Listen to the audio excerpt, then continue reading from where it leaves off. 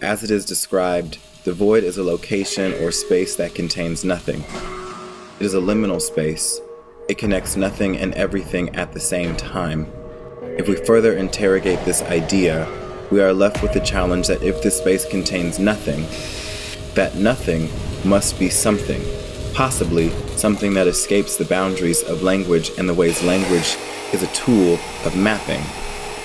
This space that resists mapping and colonization of language becomes filled with a new potential, a space of resistance.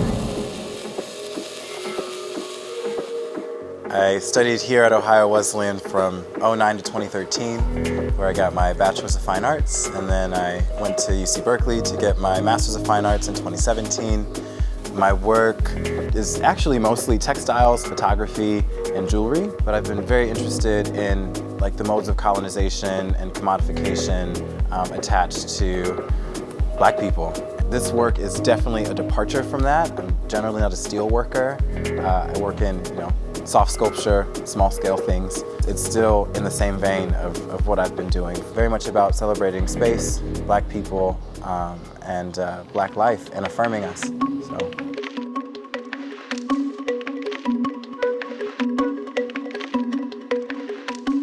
It's called Back Porch, and it is thinking about the back porch of the former house of Black culture and that important space for folks.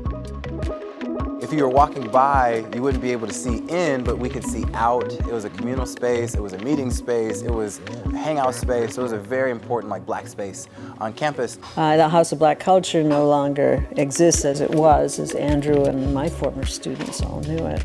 That memory is precious, and apparently the back porch was a place where people got together. When the House of Black Culture was demolished and rebuilt, that space was not put back, and that space was super important to me. It was a haven and a place of joy and celebration.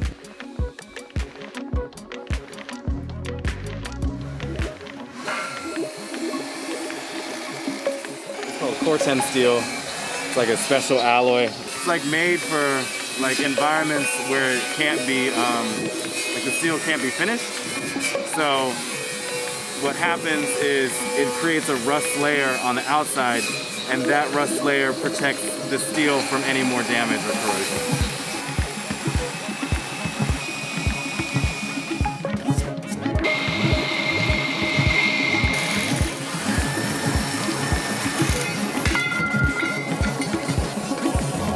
This sculpture is 14 foot by 8 foot, which is a third of the volume of space of that original porch. It's probably about the largest object you could fabricate in this space.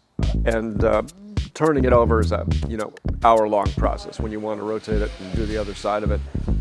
A lot more level of difficulty than a piece that you can just pick up and set on a table and turn around. So we're using cranes, forklift that the university has and I get to borrow, all kinds of things.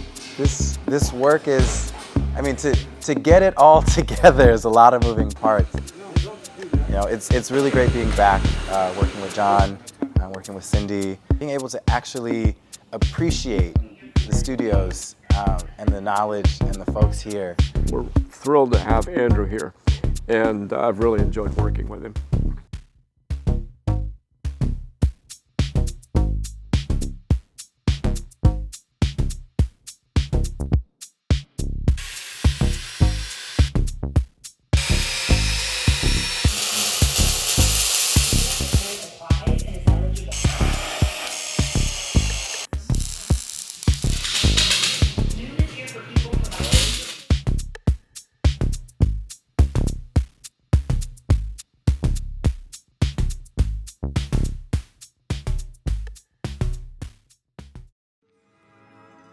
I think it's very important as a piece of contemporary sculpture on the campus of that scale, especially, and it's really, really important for its meaning and what it represents. This work, Back Porch, encloses an important volume of Black space and transports it across campus, therefore possibly affirming this institution's commitment to Black people and Black life and Black space. Art at Ohio Wesleyan has often been much more conservative, and it's wonderful to now see contemporary art coming in. We've never had anything that brings in so many cultural aspects that Anders bring into the piece and perspectives. And I think it's important, really important and significant, that Ohio Wesleyan have a sculpture that represents the black population of Ohio Wesleyan going back, decades.